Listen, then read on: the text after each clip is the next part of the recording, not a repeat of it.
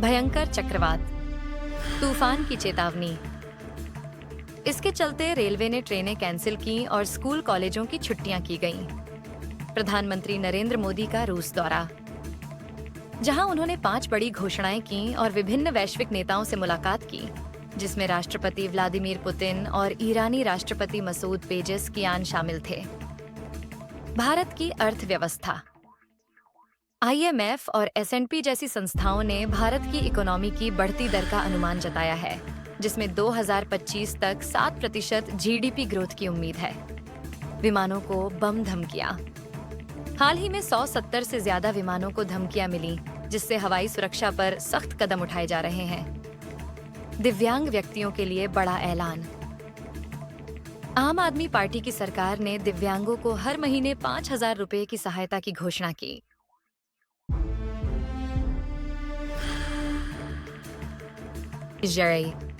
Crypto currency और coin switch. Crypto currency में निवेश ने पिछले कुछ सालों में अच्छा रिटर्न दिया है। कॉइन स्विच प्लेटफॉर्म ने 2 करोड़ से अधिक यूजर्स को लाभ पहुंचाया है।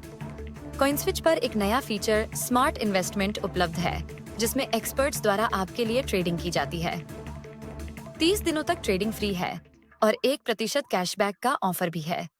साथ ही एक लकी विनर को दिलजीत दोसांझ के कंसर्ट की टिकट भी मिल सकती है।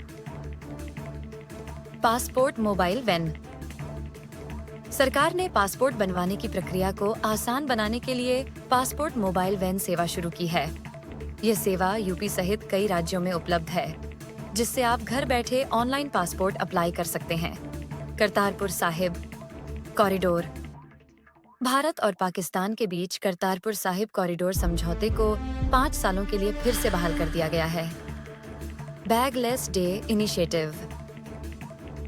दिल्ली के सरकारी और प्राइवेट स्कूलों में 10 दिनों के लिए बैगलेस डे लागू किया गया है।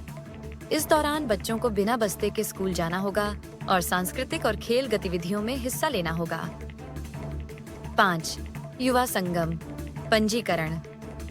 शिक्षा मंत्रालय ने 5वें युवा संगम के लिए पंजीकरण की अंतिम तिथि 25 अक्टूबर तक बढ़ा दी है। ईशान उदय छात्रवृत्ति योजना। 12वीं पास उत्तर पूर्वी राज्यों के छात्रों के लिए ईशान उदय स्कॉलरशिप योजना है, जिसमें हर महीने 8,000 रुपए की वित्तीय सहायता दी जाएगी। आवेदन स्कॉलरशिप्स GovAyn पर किए जा सकते हैं। ADB का आर्म्स। एशियाई विकास बैंक ADB ने पश्चिम बंगाल में बिजली वितरण में सुधार के लिए $24.1 करोड़ का ऋण प्रदान किया है। वित्त मंत्री का अमेरिका दौरा। वित्त मंत्री निर्मला सीतारमण ने अमेरिका के न्यूयॉर्क में भारतीय बैंकिंग प्रणाली की मजबूती पर जोर दिया और सिटी बैंक की CEO से मुलाकात की। सेबी का नया नियम। 1 नवंबर 2024 से म्यूचुअल फंड्स के लिए इनसाइडर ट्रेडिंग नियम लागू होंगे। एसेट मैनेजमेंट कंपनी के नामित व्यक्ति और उनके करीबी रिश्तेदार 1 लाख से ज्यादा के लेन देन की रिपोर्ट अनुपालन अधिकारी को देनी होगी। यमुना सफाई पर रिपोर्ट। 7 सालों में 77,000 करोड़ रुपए खर्च होने के बावजूद यमुना नदी की हालत में सुधार नहीं हुआ है और यह अभी भी नहाने लायक नहीं है। मेगा बस मिशन। सरकार ने एक नए अर्बन मोबिलिटी मिशन के तहत 2.25 लाख करोड़ रुपए खर्च कर बस स्टॉप, टर्मिनल और इलेक्ट्रिक बस इंफ्रास्ट्रक्चर में सुधार करने की योजना बनाई है। तमिलनाडु में हिंदी विवाद। तमिलनाडु में हिंदी थोपने के आरोप लगे हैं। तमिलनाडु के उप मुख्यमंत्री ने नवविवाहित जोड़ों से तमिल नाम रखने की अपील की है। PM मित्र और PLI योजना।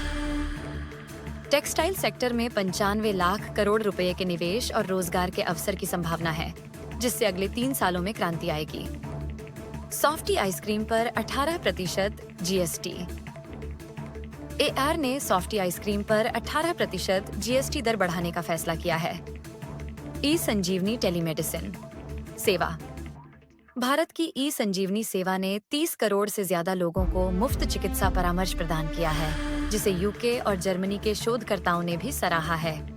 जर्मन चांसलर की भारत यात्रा। जर्मन चांसलर शोल्ज की 3 दिवसीय भारत यात्रा 24 अक्टूबर से शुरू होगी। वह PM मोदी से मुलाकात करेंगे और 25 अक्टूबर को अंतर सरकारी परामर्श की सह अध्यक्षता करेंगे। बेंगलुरु में इमारत ढही।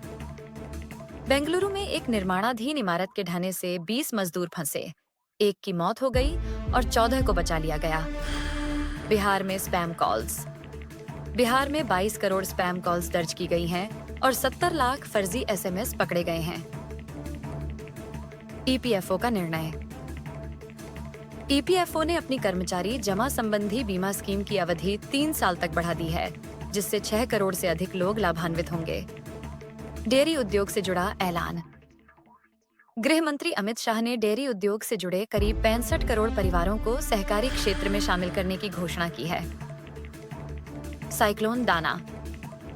23 से 26 अक्टूबर तक 188 ट्रेनें रद्द कर दी गई हैं, क्योंकि बंगाल की खाड़ी से एक बड़ा चक्रवाती तूफान दाना आ रहा है। उड़ीसा और पश्चिम बंगाल के कई जिलों में हाई अलर्ट जारी किया गया है। सोना चांदी के बढ़ते दाम। सोने और चांदी के दाम रिकॉर्ड ऊंचाई पर पहुंच गए हैं। सोना चांदी के बढ़ते दाम।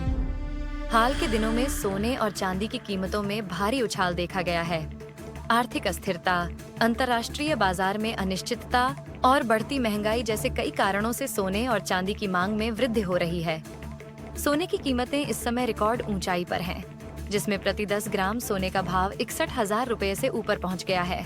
वहीं चांदी की कीमतें भी 74,000 रुपए प्रति किलोग्राम से ज्यादा हो गई हैं। इस बढ़ोतरी का मुख्य कारण वैश्विक बाजार में आर्थिक अस्थिरता, भू राजनीतिक तनाव और डॉलर में कमजोरी है। इसके साथ ही त्योहारों का सीजन भी आने वाला है, जिससे इन धातुओं की मांग और अधिक बढ़ रही है। निवेशक भी सोने और चांदी को सुरक्षित निवेश विकल्प मानते हैं, खासकर ऐसे समय में जब शेयर बाजार में अस्थिरता होती है।